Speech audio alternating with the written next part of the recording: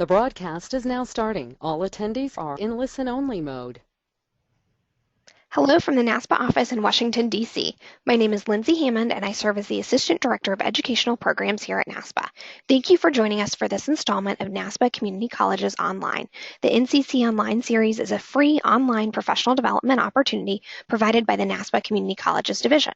We'd like to take a moment to acknowledge the entire CCD board, and especially Keith Howard and Michelle Dimmitt, who have helped coordinate and advise the content development process. Also, on behalf of the board, we extend our condolences to the staff and students at Umpqua Community College. Our hearts and minds go out to your community as you heal. As an association, we're committed to promoting peace and reducing violence. Visit the NASPA website for more information and resources. Please also visit the NASPA Community Colleges Division website to learn more about how to get involved. Finally, we thank you for attending. If you aren't currently a NASPA member, we hope you'll consider joining. Before we get started with the formal presentation, I'd like to review some technical aspects of today's program. The session will last approximately 60 minutes. You may select to listen to the audio portion of today's session through your computer speakers or by calling in to a conference number. This information is available via a control panel similar to the one that you should see on the right side of your screen. If you experience audio issues during the session, please feel free to change your audio selection to see if that improves your experience. The slides for today's session contain a wealth of information. We recommend that you minimize the GoToWebinar control panels by clicking on the white and orange arrow button at the top of the vertical strip of icons. Click the button again to return the panels to their original state. Our panel is looking forward to your questions today, and we encourage you to enter your questions at any time during the presentation. Our presenters will answer them throughout. To ask a question or make a comment, simply type into the section labeled Question on your control panel and then click Send. The panelists will then respond to your questions as time permits during the open forum portions of the session. You can also follow along with the presentation on Twitter by using the hashtag NASPACCOnline. Following our broadcast, you'll receive an email with instructions on how to access the recording of today's session. This is a free professional development resource. I encourage you to please share it with your colleagues. It's now my pleasure to turn the presentation over to the moderator for today's panel, Keith Howard, Vice President of Student Affairs for the Colorado Community College System and the Community Colleges Division Region 4 West representative, to introduce our panelists. Keith? Thank you. And again, on behalf of the board, we do express our condolences to the folks at Umpqua and know that particularly today is probably a pretty rough day. I am pleased to be able to be joined today by Mr. Derek Dubrowiak, the Executive Director of Student Affairs from the Technical College System of Georgia, Misha Magai, the Student Life and Leadership Manager at Kanata College in California, and Carla Stein, the Dean of Student Services at Front Range Community College. Misha was behind on something, and so we're hoping that she will be able to join us as we progress. But we will go ahead and get started. I have nearly 30 years as a community college administrator. I have been in community colleges my entire professional career. I've served in 2 states. I'm in 2 state systems, as well as running as the chief student affairs officer at a 4-campus region in a very diverse region. It's been a fun ride, and I'm not done with it yet. And as we go throughout this, we will be having 5 general questions that we will be asking of our panelists, and we will take your questions after we complete each question. I will read the question and then ask our panelists to comment. So we hope that this will be a great session for you, and we appreciate any feedback along the way. So with that, we'll get started with Carla, if you would introduce yourself and make a few comments, followed by Derek. I'm glad to. Thank you, Keith. Hello, everyone, and good afternoon. I am Carla Stein, Dean of Student Services at Front Range Community College. We are the largest community college in the 13-college system in Colorado. I serve the smallest campus in Boulder County. I have had 2-year and 4-year experience. I've been at small, medium, and large campuses, public and private. and am in love with the work that we do at community colleges. I just got back from lunch with Carla, something I do several times a semester to talk with students, and we did observe the national moment of silence for our colleagues at UMCLA. Thank you, Keith. Derek. Sure. Good afternoon, everyone. Derek Dobrowiak from the Technical College System of Georgia. We're a system of 22 technical colleges scattered throughout the state of Georgia. I, too, have been in student affairs about 10 years now. Actually, I started at a small private women's college, which was interesting in itself.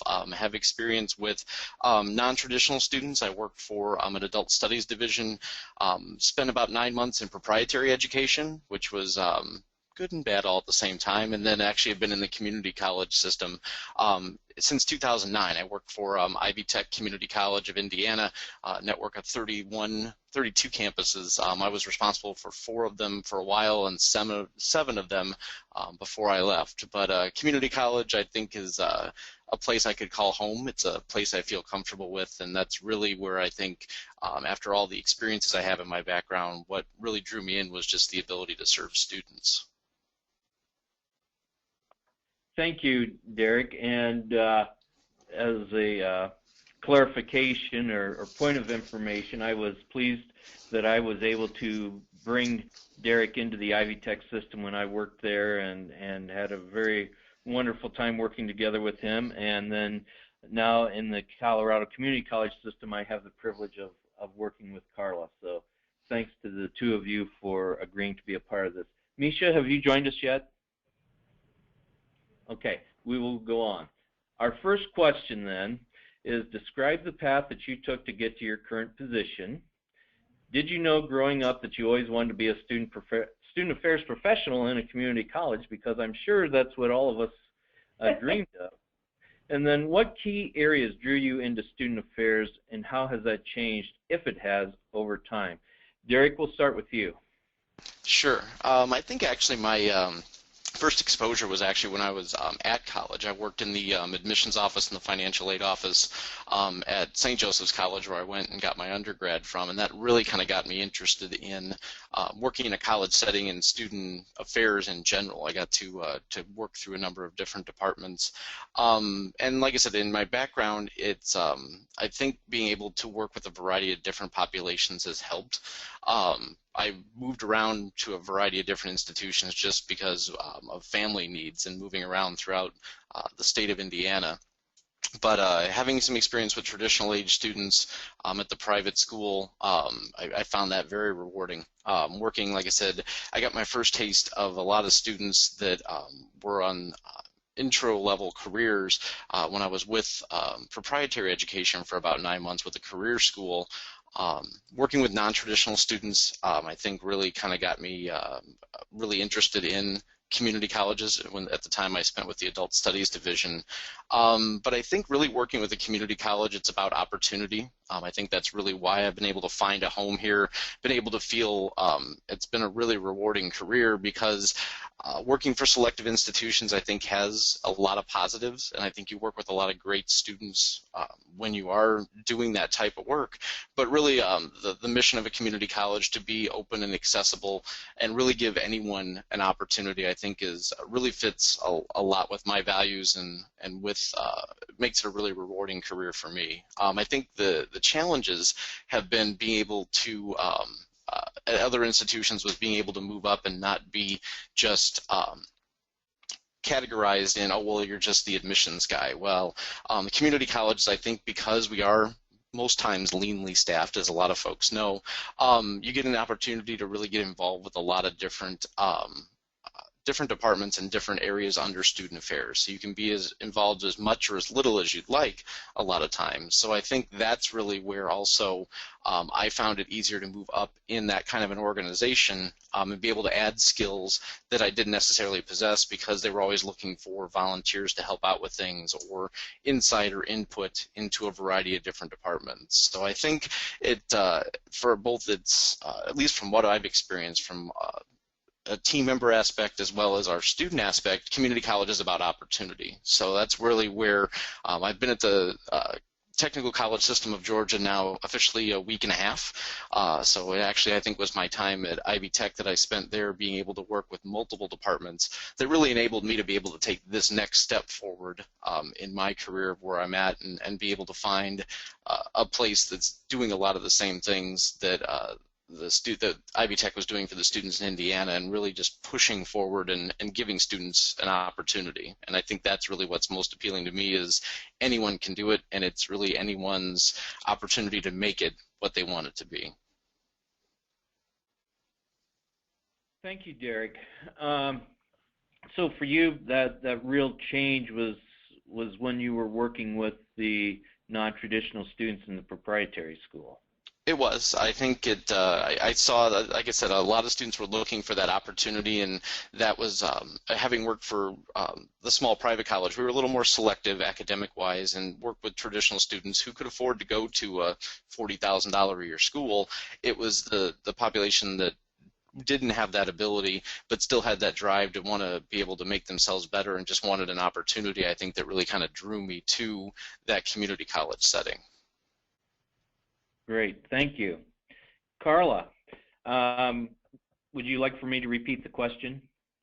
No, I'm looking at it, Keith. I always get a little afraid, everyone, when it says describe the path you took to get to your current position, because I'm not sure it was deliberate. There were some moves in there because my husband decided to go back to grad school, etc., and then got a job, and sometimes I led the move. But I tell you, I'm unusual in that I'm a third-generation female in my family to go to college. My great-grandparents immigrated from Italy to Colorado. My grandmother became a nurse and moved for a job to southern Colorado. My mother went to CU, University of Colorado at Boulder, go Buffs, and became a pharmacist. And while there, she was an RA for 3 years. So I grew up knowing about this, and she said, in its old terminology, she always kind of liked that role of Dean of Women. So I chose to go to a small private liberal arts college in Santa Fe, which sadly no longer exists. It died a few years ago, the College of Santa Fe, many million in debt. It's very sad when you lose your undergraduate school. But I was that undergrad. I didn't know that I was in student affairs, but I was an RA, and I was in student government and student activities. I was a work study in the Career Center, and I was giving tours for admissions. And I was a theology major, and you all know how many jobs there are out there clamoring for undergrad theology, psychology, philosophy majors. So when admissions said, hey, how would you like to work full-time, I fell into student affairs. At that point, I still didn't know that we were a field. And as I got to doing my traveling, I discovered that the University of Denver had a master's degree, etc., in student affairs, and that we could do this. So when it was not a deliberate path into it, but I did fall into it, and I have been here ever since for 30-some-odd plus years, like you, Keith. A move got me to a community college in western Nebraska. And that's where, like Derek, I really fell in love with our mission of open admissions and our ability to serve a wide range of students. I had been at Colorado School of Mines and Oklahoma State, very traditional undergrad schools with high-achieving students, some first-gen, but not a lot. And I find that we can affect more change at a community college in our students, and I'll talk about that in a while. The key areas that drew me in were I could still be at college and make a difference, and like I did today at lunch, hang with students.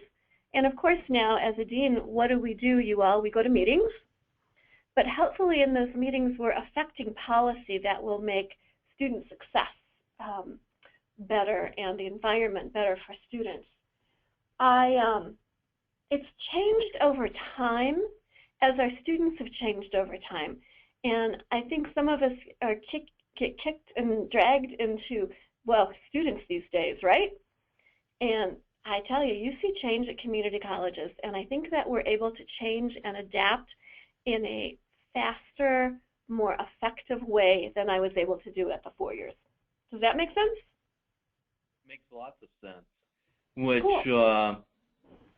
will kind of lead us, and both of you kind of answered the next question. And Lindsay, I don't see any questions yet, so we're good? We're good. Okay, thank you.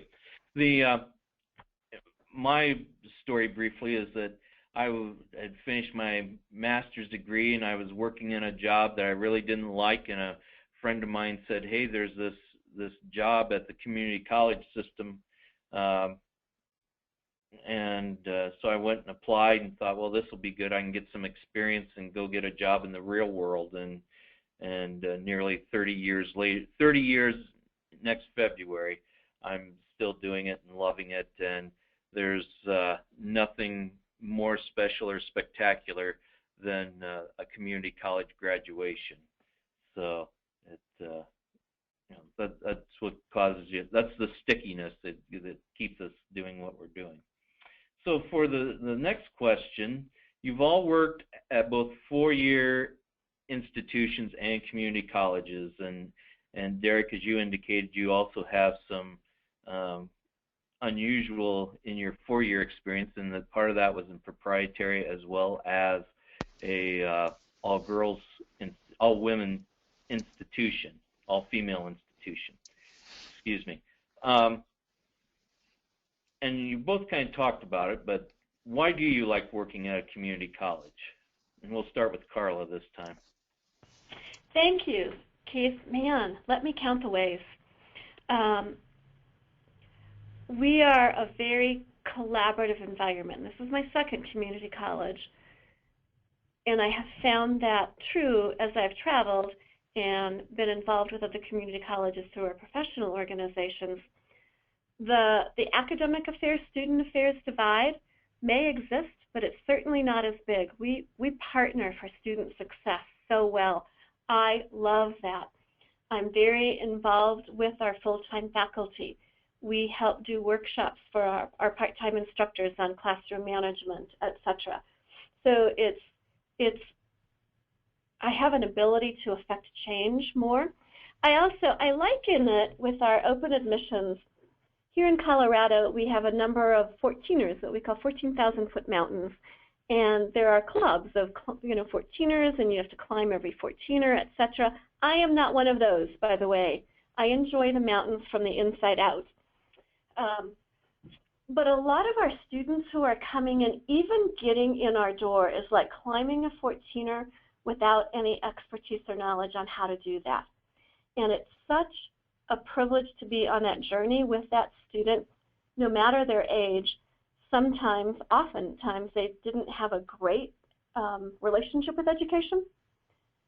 And we can change that, and we can change their mind and give them the tools. So if we can get them in the door, get them through the registration process, and which, by the way, I always think we should give them credit just for doing that, getting them through FAFSA and our College Opportunity Fund, etc., and then getting them in class with success. And my mantra is the smartest students use the resources the most. So don't think that if you're in tutoring or in the math lab or something, it's because you don't get it, it's because you're smart. We offer so many resources to help students be successful, and we have our eyes and ears on the students at a level, especially at my small campus, that makes it way more family-like than I had at other larger campuses. Keith? Yeah, that I had never thought about that analogy of the 14er, because those of us who spent our careers in community colleges know that, and I agree with you, we should give our students some sort of credit for just walking across the doorway. But I really like that. I may steal that if that's okay. It is absolutely okay. Okay. And for some of them, for me, going to college was a walk across the park. My mom knew about financial aid. She knew about college. It was just, where do you want to go? And for some of our students, it's that as well, and they have great support. But for a lot of them, they lack a support network that understands our language. And part of it, and we're going to get to you, Derek, so hang on. Part of it that I've even noticed with my friends over the years who are college educated, that when they come to advising their own children, it's been 25, 30 years since they went to college, and they don't necessarily know the ins and outs of financial aid and the process and when to start. And so think how much more difficult it is for our first generation families. So Derek, back to you. Why do you like working at the community college? I think a lot of it, and Carla kind of touched on some of it, is being able to be, individualized for students. I think it's a key that even though the campuses I worked at Ivy Tech were, some of them were fairly large. We had 4,000 or 5,000 students, and then across the 7 eventually we had about 25,000. But those campuses are such a part of the community that I think you can create an individualized experience for students, and they feel like they're getting one-on-one attention, even though the campus may be fairly large in size. You're not just a number. They have the ability to take advantage of stuff that is available for them, whether that's student services such as tutoring, clubs, organizations, just depending on the college that you're at. I think it even more so than at a larger four-year university or even some of the small private universities, they get as much out of the education our students do as they want to put into it. So those that want to come and get through and get out, get a job, and that's what their goal is, great, we can help you do that. Those students that want to actually get the whole college experience and get involved and give back to whether it's their fellow students, their community, or what have you, I think they have that opportunity. So they can take advantage of as much or as little as they'd like to do and make it a more personalized experience, and I think really get more out of college than what sometimes you get at a traditional four-year university. Even I went to my four-year college, there was 1,000 students on campus, so I was able to get involved in some things, but not as much as I probably wanted to. And I think the community colleges, and especially because they're still in the community, I think is the big part of it, is that people they're from that area, they want to be part of that area, and really there's that sense of really being able to kind of set our students up to give back to their communities eventually when they get done or even while they're still in school. And I think that kind of really plays a key role in why I prefer, I guess, I'm really working, and what I see as one of some of the big advantages of the community college setting. I totally agree with Carla. I think we can adapt a whole lot faster for students as things change, as we realize that there's barriers and obstacles they need to overcome. We can make those adaptations for students and be able to help them get there. And really, I think our programs are even more adaptable, that they're giving them for that portion of the population that wants those relevant skills to get out and make a better life for them, their families, or whomever else. We provide that opportunity, and we adapt and are constantly changing programs to be able to meet those demands. I think those are, really some of the things that hit home for me as I talked to students, as I worked on the front end in admissions and then saw them on the back end at graduation, of really what kind of hit home of why we're here and what purpose that the community colleges serve for the student populations we serve. And we're also that avenue where like I say, it goes back to, and I hate to keep harping on it, but it's an opportunity. It's as long as they can gear up and get the courage and the will and make sure all the pieces fit to get to our doors and get in our doors, let's do everything we can to streamline that process to allow them to get in and put as few barriers in the way as possible. And of course, which also brings up the other conundrum, is that one person's barrier is another person's effort to increase student success. Over my career in a leadership role and dealing with staff, and change is hard, and as both of you indicated, we do changing all the time in community college. But for those of you who may be thinking about and saying, geez, I don't know if I can do that, I like a little bit more stability. I also have, working with staff and faculty, is say,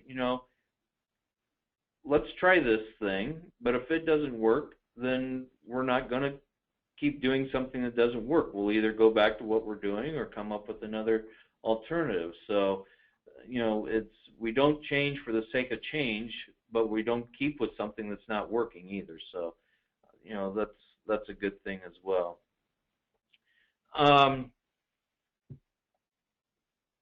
Lindsay, I'm not seeing any questions, so are we good to go?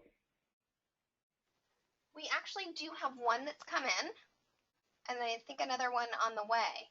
Are you Okay. ready? All right, Okay. So what's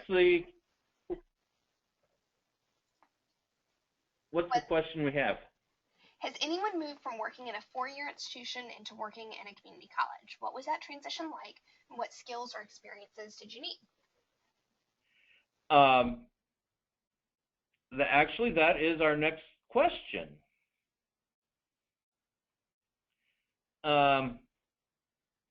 So the next question is, what are the differences between working at a community college versus four-year colleges, and what were the challenges in transitioning to the two-year setting?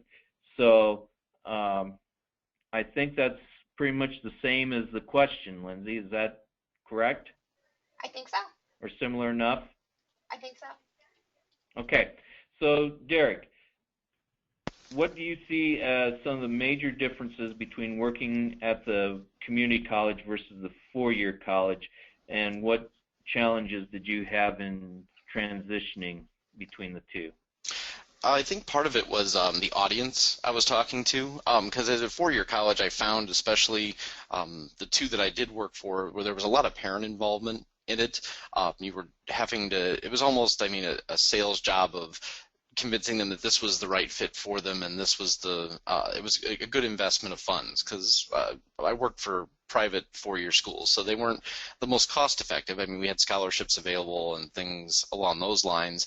But I think when I came to Ivy Tech and joined the community college system, the biggest change was not necessarily convincing people that that this was the best fit for them, but convincing, or not necessarily convincing, but breaking down barriers of, and I worked on the admission side, so this was really a front-end kind of a conversation. But I think it was really just the topics of conversation, and that let's help problem solve. It almost became a problem solver, and it was let's figure out how to overcome what you perceive as obstacles, and that you can make this work, that you can do this, you have this ability, and let's really dispel any kind of fears that you may have of, well, this is going to be difficult to do, it's a cumbersome process, and let's try and make this as smooth a transition and make this, as I hate to say, as easy as for you as possible, but really as easy for you as possible. And I think it was just different conversations, like I said, that I had when talking to those groups of students, and really you became a problem solver for those students, of students that they had the solutions in front of them, they just didn't necessarily know it. So really trying to dig deeper and find out what were some of those driving, motivating factors, where were their support networks, and really what really motivated them, and where could they find support to be able to make this college experience work for them. And so what was it that you did when you worked at the women's college? What was your role?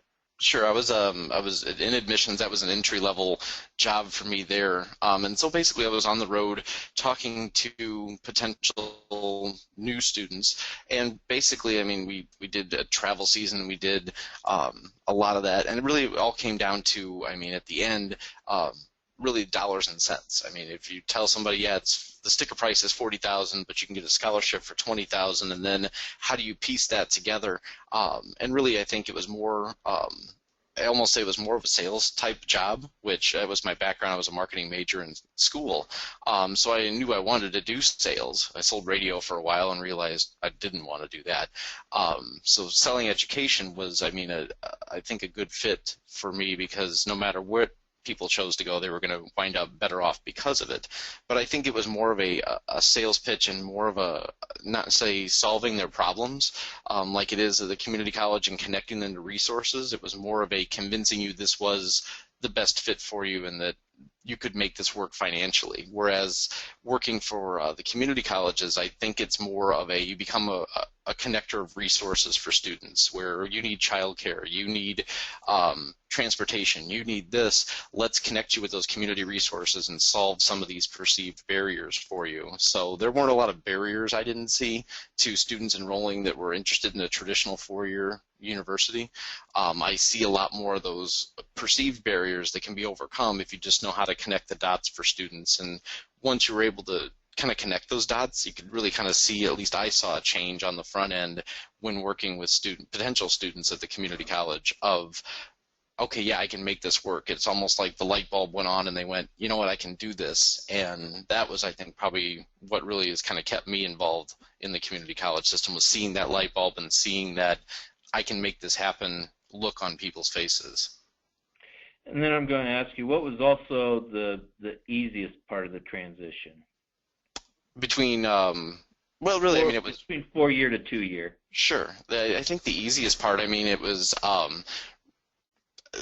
really working with our traditional age students, again, at the community college level, because you do get some of that parent involvement. We do have high achieving students that attend the community college, as opposed to some those communities that have established community colleges that have been around for a while.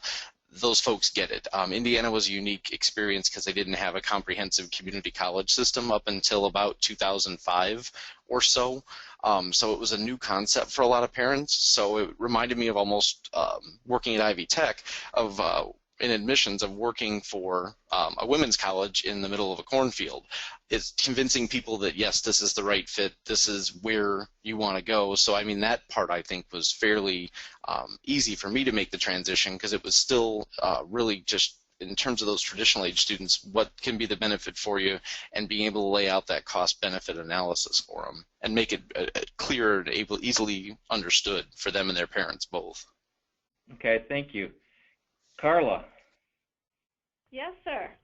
What do you think are some of the differences between working at a community college versus a 4-year college?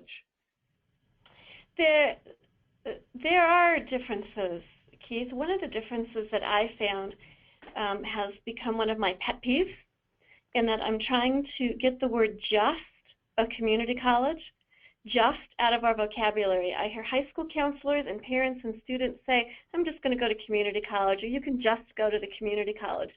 There's a myth that we're somehow less than.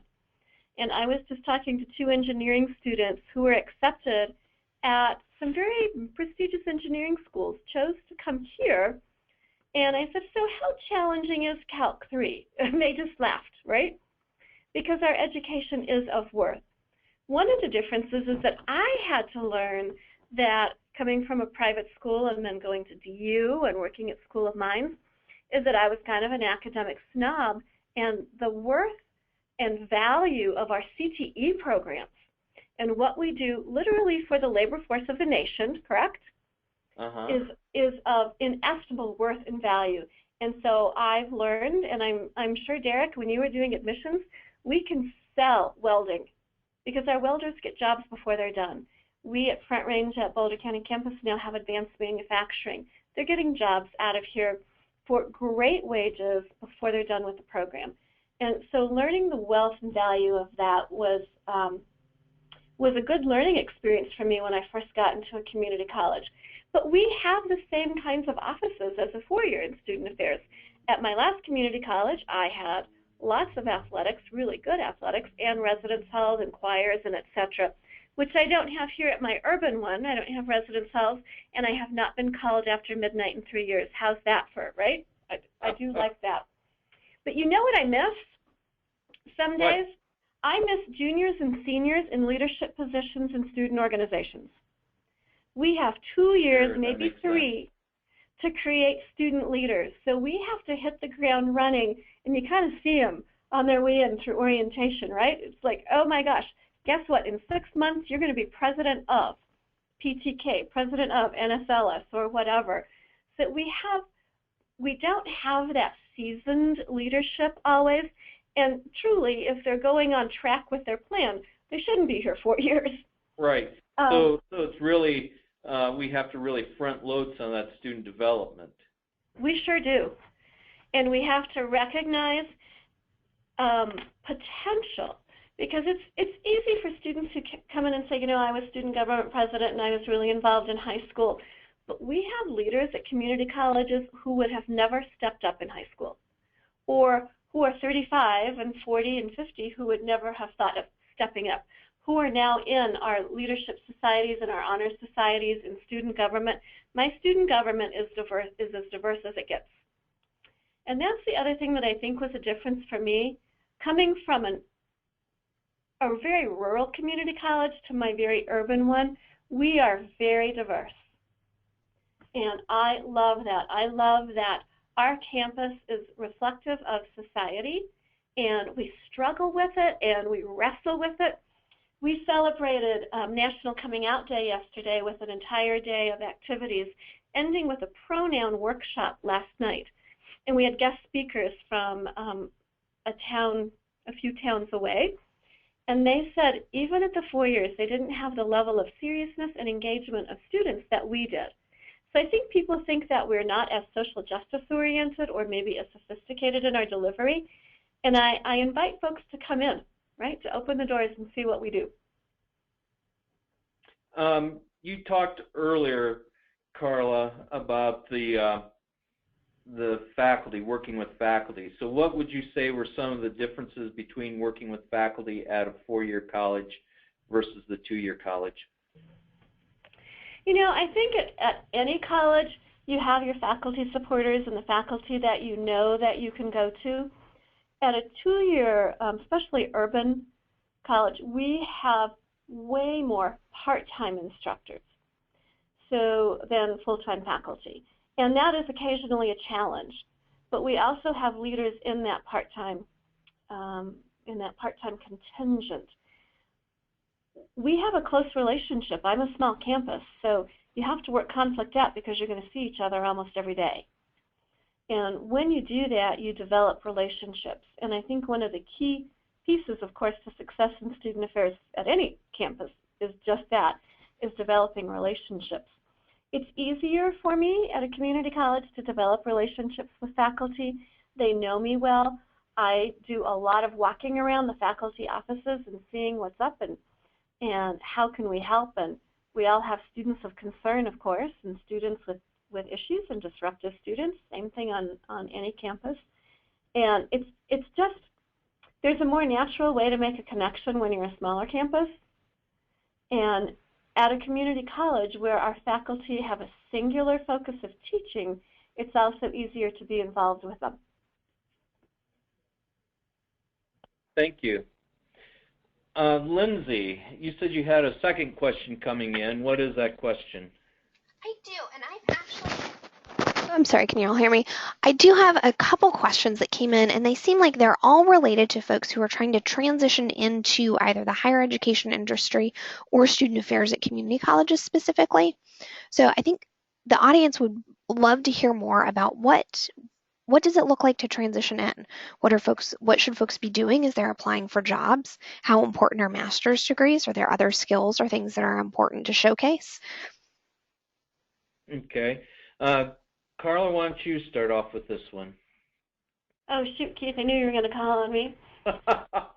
Well, okay, so I'll let you gather your thoughts. You know, I think certainly having the bachelor's degree, you need to have that. I know that part of the time I've had staff say, why don't we hire some of our own students with associate's degrees? And there are some jobs that are appropriate, but basically you have to have that. In my opinion, you're much better off having your bachelor's degree to come in. But certainly, if you want to move up the ladder, you need to have your master's degree. And I'm fortunate enough I serve as a vice president without the doctorate degree. I'm one of those who did everything but complete my dissertation.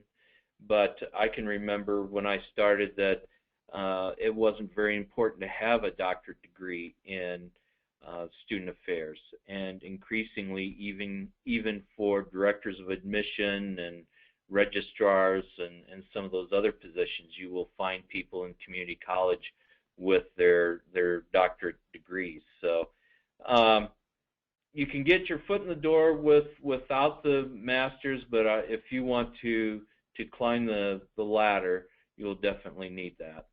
So does that give you enough time, Carla? Yes, thank you. Keith said exactly what I was going to say. No, just teasing, Keith. We have a number of students that are bachelor's only. A great way to start is as a work study as an undergrad. Go and get your bachelor's, work study in a department that you think that you're interested in. If you're coming in from another industry, what we're looking for is, for example, in a registrar type position or in someone in our admissions and records office, is a detail orientation. Not a lot of us are born right with that, born to be registrars. But a detail orientation, there's so many different ways to be involved in student affairs in a community college. If you're good at advising, we have a lot of advisors that are at bachelor level and some at master's level, depending on the institution and the job. We have our admissions folks who are a bachelor's only, and what we're looking for, people who are great with people and great and love to do public presentations and want to sell education because it's the best thing that we have to sell. We look for skills, just like we see industry doing more and more, looking for skills more than degrees. But that bachelor's will prepare somebody to work for us and to be a champion for our students. Thank you. Derek. I think Carla and you guys both hit on a lot of good points. I came from radio sales industry before I got back into education. So I mean, it was kind of a sales job, and I lucked out and fell into an admissions job at the time. I think skills, as Carla said, is definitely important. I mean, we've in my tenure when I was at Ivy Tech, was able to bring on some different team members, and it wasn't always important necessarily to have an admissions background. I think it helped, or it wasn't necessarily, you didn't have to have worked in a college before, but figuring out, especially with I think cover letters are becoming more and more important, at least for me. We used to get for entry-level positions, just for example, and we lived up near Chicago, and our campuses were up near Chicago. I would get 80 or 90 applications for an entry-level admissions job. I could read through a resume, and yeah, the resume would separate it out, but it was also in the cover letter and how you relate skills from a different industry and how they would fit into what we're looking for that type of position. Carla mentioned you need to be detail-oriented for a registrar type of position or a financial aid type of position. It's how can you, I'm looking for, as I add team members and want to be able to round out the team we have, not only can you figure out what skills that you had from previous experiences, whether they're work or degrees, and how they're going to relate to and kind of share briefly in your cover letter your vision of this is how I see my skills fitting in at your school, but also at the same time, I think it's important that, and I lucked out here in Georgia because I'm not from Georgia, but lucked into the position when it became available here. But I think it's also important if you're looking at opportunities in your local communities to understand that community. How can you relate to what your community, what you observe as the community needs are, and how you can help basically, I mean, really solve some of those problems for students. I think being able to have that community knowledge, whether you do research on a community that you don't currently live in, that you're trying to break into, which is what I did here. I spent lots and lots of time researching and talking to folks here in the Atlanta area. But I think really it's being able to connect those dots and show that you can connect those dots for students, no matter what Department of Student Affairs you're working with, is I think a lot of what we were looking for with people we brought in that weren't part of the education industry to begin with. I would add to that, if you're coming from the outside, to really be able to stress, in addition to skills and how what your previous experience fits with what you're seeking, I would also add technology. These jobs, you know, are just, whether you're using a student information system, whether you are being able to compile data in Excel or a spreadsheet, doing presentations, it's just you have to have the technological skills, and I know personally I feel really behind in all the social media activity. I can use Facebook and I have a Twitter account, but I don't, you know, if I were really good at it, I'd be tweeting right now about this conversation. But I think certainly when I look at people for some of these entry-level jobs, it's what are those other sorts of skills that you can offer us as well that those of us who are a little older don't have. Lindsay, do you have some other questions? I do. The next question that we have is, how do you address those who believe that community colleges are, quote, alternatives, end quote, for those who can't cut it at four-year institutions? Do you think the question is for staff or for students? I think maybe you could answer it for both. How would you say that to someone? Or how would you respond to someone who asked that, a staff member or a student? Okay. Derek, I'll go back to you on this one. Okay. Well, like I said, I had a lot of experience in this because, as I mentioned, Indiana's comprehensive community college system isn't very old. Or it's a 10, 11 years old in terms of that kind of a talk. So I had a lot of these conversations, especially being on the front end of the admissions world, and even with some of our own, team members at the time. Was basically well, we don't necessarily need the top kids. I think it's being able to have success stories. I think that's always, anytime I could highlight successful alumni, successful stories of whether they were students from a high school or whether they were non-traditional students, being able to have those in your back pocket to be able to say, yeah, well, but we have so-and-so, and being able to really refute those with, here's so-and-so that Johnny that went from Ivy Tech, and they went and they transitioned, and they got into Indiana University's Kelley School of Business, and then now, you know what, they're doing their master's program. And it's those kind of success stories, I think, and it depends on your audience. Because you're going to use different success stories and different ideas from to a traditional high school student as opposed to what I would do if I was working with folks at our workforce development office, of folks that are unemployed and looking to jumpstart a new career. I think the more you can put a face and a name with, here's somebody from your community, from our campus that was able to achieve this, I use those examples, I think, to really kind of combat a lot of that of, well, it's a backup option.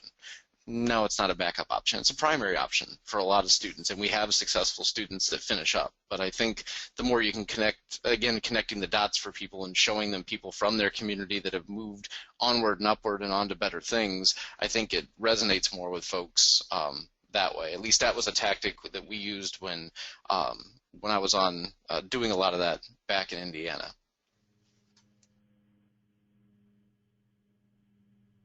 This is Carla. Thank you, Derek. I agree. Again, it's getting the just out of the conversation. 40% of the nation's undergrads are enrolled at a community college. It's nice that the spotlight is on us now as well. And I think we just have to keep on educating us. Open the doors, look at the books, look at what we have to offer. There's a great infographic out there, and of course I can't find it right now, that shows not only the great education that we have, but the value. And that if you save this much money your first 2 years, then you have that much money to go to grad school because you're not paying $3,000 for Comp 1, you're paying $300. And so really it's a smart option. And I would say if the question was about staffing, one of the things that I have found in hiring those from the four-year colleges is that depending on where you get in the four-year college, you can be, if you're in a big research university, you get to be pretty specialized in your area, whether it's in records or financial aid or admissions. And one of the things in the community college, we can't afford to have specialists like that. If you're in admissions, you have to be able to recruit the 18-year-old as well as the 55-year-old, and that's part of why I've stayed in the community college as well, is because my day is never boring. I am working on something different and learning something new every day. So I'll add that for the staffing piece. I know that we're starting to run up towards the end, and I want to make sure that I get this question in. We have some listeners who are in graduate school thinking about their future careers, as well as some listeners who are in the early stages of their career.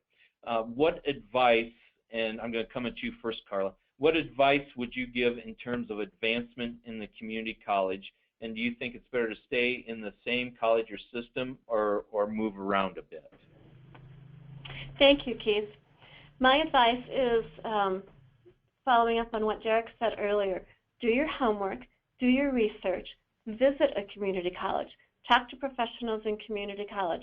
If you're really interested in working for us, ask for one of us to mentor you. We're at NASPA, we're at ACPA, etc. We would be delighted to show you what we do. You know, I'm a stayer. I'm a loyal stayer. Had my husband, as I call it, not lost his mind and gone back to grad school, I would probably still be at the Colorado School of Mines. But then I would have missed out on Oklahoma State and Western Nebraska Community College. And I think moving around some has given me a better perspective on how things can be done elsewhere.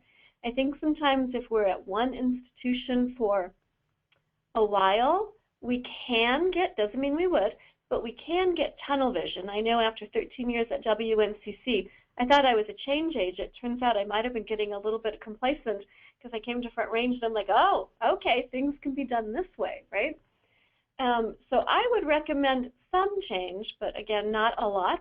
I would recommend getting a mentor in a community college because we know what we like to hear in job interviews and what we like to see on cover letters and in resumes, and explore a little bit about what we have to offer and our relationship with communities, because I can tell you the communities are so connected. You wouldn't think we'd have a close town and gown, but we do. Thank you, Keith. Thank you. And I'm going to really emphasize what you said about mentors. I was privileged enough early in my career to have some very good mentors, and I'm in the position now where I feel that mentoring is to young professionals is important, and as I've built teams and worked with teams, and I'm in a system now where I get to see lots of young professionals, you know, giving that advice and being open to them and sharing with them what I've learned and where I think community colleges are going, because we do important work, and I don't want to be here for the rest of my life, and I want to leave it in good hands. Derek, your thoughts?